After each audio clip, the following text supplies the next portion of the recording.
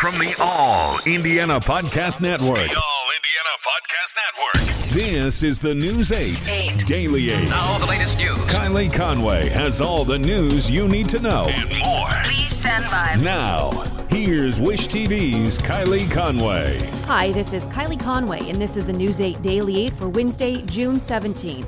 Today, Indiana's Governor Eric Holcomb announced there will be no budget cuts to K-12 education. The move comes despite the state taking a large financial hit because of the coronavirus pandemic. The governor says the current budget increase of $183 million for K-12 education spending for the 2020-21 school year will move forward as planned. A baby's death more than a year ago has now resulted in criminal charges. Police arrested Candace Jones. They say she was running an unlicensed daycare in Scott County, caring for 8 kids, all under the age of 3.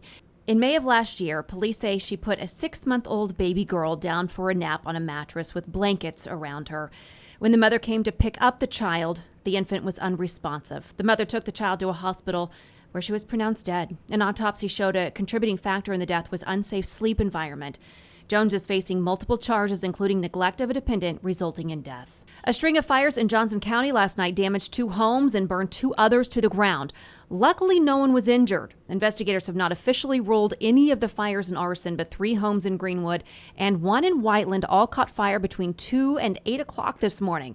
A source tells News 8 that a person of interest was being questioned about the fires, and investigators say they found several similarities between them, homes under construction and homes that were not too far from one another.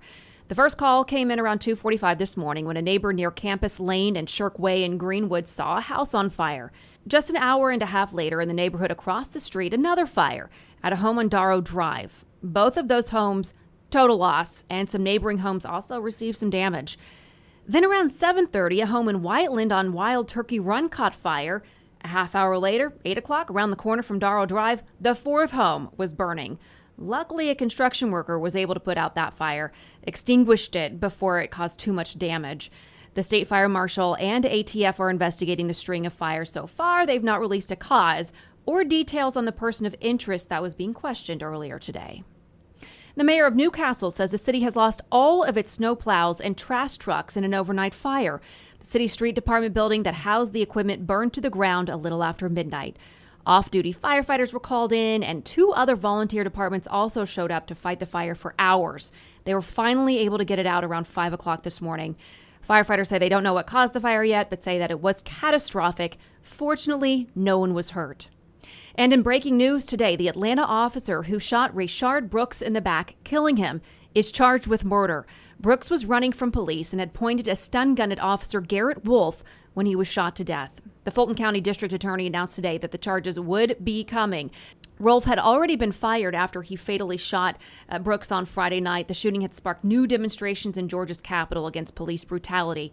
Atlanta Police Chief Erica Shields resigned less than 24 hours after Brooks died. Uncle Ben's owner, Mars, is planning to change the rice maker's brand identity. In a statement on its website today, Mars wrote that now is the right time to evolve the Uncle Ben's brand, including its visual brand identity, which we will do. We don't know yet what the exact changes and timing will be, but we are evaluating all possibilities. This follows Quaker Oats' announcement earlier today that it's retiring the 130-year-old Aunt Jemima brand and logo. The Pepsi-owned company said in a statement, "As we work to make progress toward racial equality through several initiatives, we also must take a hard look at our portfolio of brands and ensure they reflect our values and meet our consumers' expectations." The moves are an acknowledgement of the brand's origins and racist stereotypes, a consideration brought to the forefront during the nationwide reckoning on race following the death of George Floyd in police custody. And New York's governor has signed an executive order recognizing Juneteenth as a holiday for state employees. Juneteenth is observed on June 19th and commemorates the emancipation of slaves in the United States. Governor Andrew Cuomo said he will propose legislation next year to make it a permanent state holiday. Cuomo called it a day we should all reflect upon and a day that is especially relevant in this moment in history. Texas was the first state to make Juneteenth a state holiday in 1980. Officials in historic Charleston, South Carolina, say they plan to remove a statue of slavery advocate John C. Calhoun from a downtown square. Mayor John Tecklenburg announced the plans during a news conference today. The statue has come under scrutiny amid a wave of pulled-down statues and the removal of names of historical figures who repressed or oppressed other people. The news of plans to remove it comes on the 5th anniversary of the slaying of 8 black church members and their pastor in Dylan Roof's racist attack at a downtown Charleston church. President Donald Trump is unveiling a long-awaited national plan to stem a persistently high number of veteran suicides with wide-ranging initiatives from firearm safety and wellness programs at workplaces to added barriers near railroads and bridges. The $53 million two-year effort will include a public messaging campaign starting in the coming weeks to raise awareness about suicide at a time of increased social distancing and isolation during a pandemic. The broad roadmap also urges outreach by awarding grants to community programs outside the Department of Veterans Affairs, building in part off Trump's expansion of the private sector Veterans Choice Health Program. Much of the effort will need congressional action as well as cooperation from governors and local groups, juggling priorities of public safety and health in a pandemic. About 20 veterans die by suicide each day, and 1.5 times higher than those who haven't served in the military.